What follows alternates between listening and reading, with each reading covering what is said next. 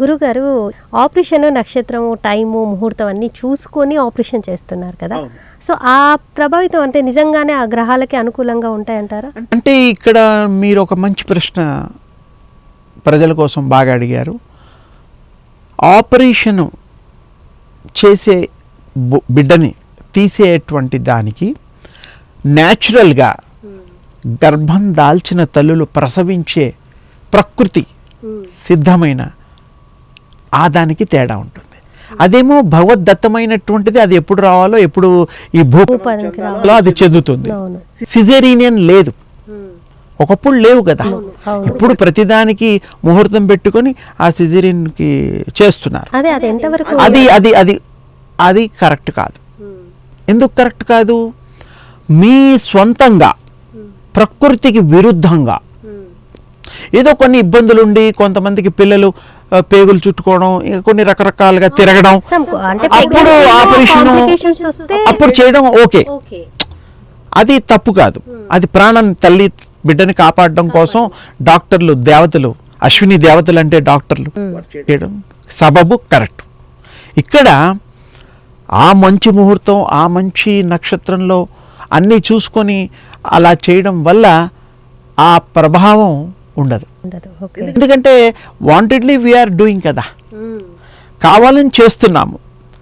దేవుడు నిర్ణయం వేరు కదా, ప్రకృతి మాత నిర్ణయం వేరు కదా, అది ఎలా కుదురుతుంది? పైగా ఈ జననం విషయంలో 7 మాసాలు నిండిన తర్వాత అప్పుడు అసలైన ఆత్మ ప్రవేశిస్తుంది తల్లి గర్భంలో. అప్పటిదాకా 2వ నెల 3వ నెల చేతులు కాళ్ళు నొసటి పొట్ట అవన్నీ తయారవుతాయని చెప్తూనే ఉన్నారుగా వీరబ్రహ్మేంద్ర స్వామి వారు. కానీ గర్భోపనిషత్తు అని ఒకటి ఉన్నది, దాంట్లో కూడా జీవుడు ప్రయాణం గురించి వాటి గురించి చాలా విశదీకరంగా చెప్పబడింది. ఇప్పుడు ఆ విషయం ఎందుకంటే అది కూడా కొంతమందికి తెలియాలి కాబట్టి 7 నెలలు కంప్లీట్ అయిన తర్వాత అప్పుడు ఆత్మ ఎంటర్ అవుతుంది. భూపతనం మళ్ళీ వేరు, ఫస్ట్ క్రై బేబీ అవి వేరు. ఇది ఇక్కడ కాకుండా ఇంకా మీరు ఇందాక అడిగిన దానికి గ్రహాలు వాటికి ఫోర్స్ ఉంటుంది కాబట్టి ఆ కాంబినేషన్లో పుట్టిన బిడ్డ మీద ఆ కిరణాల యొక్క ప్రభావం ఉంటుంది, ఆ కాంబినేషన్ ప్రభావం ఉంటుంది, వార ప్రభావం ఉంటుంది, పాదం ప్రభావం ఉంటుంది, రాసుల ప్రభావం ఉంటుంది, గ్రహాల ప్రభావం ఉంటుంది. ఇప్పుడు ఆ పిల్లలు పెద్దవాళ్ళు బాగా చదువుకున్నారు, బాగా తెలివితేటలు వస్తాయి, అన్నీ కూడా చెప్తూ ఉంటారు ఆస్ట్రాలజర్స్ జాతకం రాసి. అది ఇంకొక ముఖ్య విషయం చెప్తా, ఇక్కడ చాలామంది విస్మరిస్తూ ఉంటారు.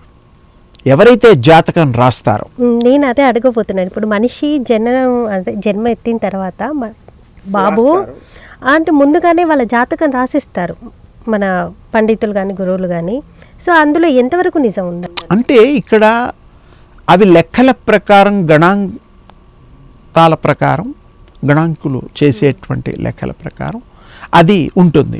అవన్నీ కూడా సత్యము. ఈ కలియుగంలో ఒకప్పుడు అన్నీ ఎలా ఉంటే అలా అయ్యేవి, అలా డిట్టో అయ్యేవి గతంలో. అవి అవ్వడానికి ఇప్పుడు అవ్వకపోవడానికి గల కారణం చెప్తున్నా.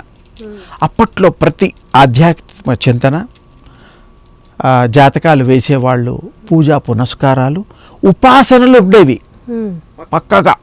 అమ్మవారు ఉపాసన, అయ్యవారు ఉపాసన, ఎవరికి ఇష్ట దైవాలు ఉంటే ఆ ఉపాసన చేసి ఆ దేవుడు కృప వాళ్ళు పొందేవారు. అప్పుడు వాళ్ళు ఏదైనా చెబితే లెక్క కడితే అది సత్య రూపం దాల్చేది ఈ శక్తి ద్వారా. ఇది ఇప్పుడు అన్ని క్యాలిక్యులేషన్ కంప్యూటర్లో ప్రింట్ అయిపోయి వచ్చేస్తున్నాయి, దానికి యాజ్ పర్ క్యాలిక్యులేటెడ్ వస్తున్నాయి.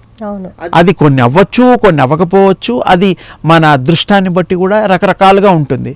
అదే ఈరోజు కూడా జాతకం వేసేవాళ్ళు ఉపాసన చేసి గనక ఏ దేవుడిదైనా ఉండి దేవుడికి దగ్గరగా అనుగ్రహం పొందిన వాళ్ళు వేసిన జాతకం సక్సెస్ఫుల్గా కరెక్ట్గా అవ్వడానికి ఎక్కువగా అవకాశాలు ఉంటాయి.